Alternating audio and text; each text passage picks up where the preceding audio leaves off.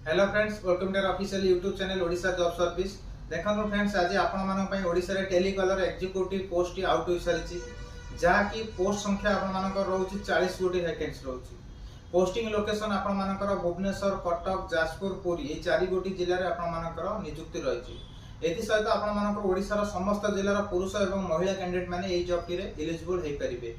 योग्यता आपण मानकर मिनिमम +2 पास करथिबा कैंडिडेट माने किंबा ग्रेजुएशन पर्यंत आपण माने पाठ पढिथिबे, तेबे एई जॉब रे एलिजिबल होई परिबे। बयस आपण मानकर मिनिमम 18 वर्ष रु 30 वर्ष हेउथिबा कैंडिडेट माने हम मानकु जोगाजोग करि परिबे।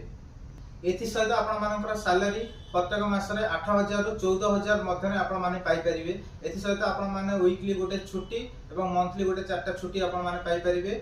ता सहित ईएसआई ईपीएफ बोनस मध्ये सुविधा रहिछि। ड्यूटी टाइम आपण मानकर 8 घंटा रु 10 घंटा मध्ये आपण मानकर पोस्टिंग रहिबो।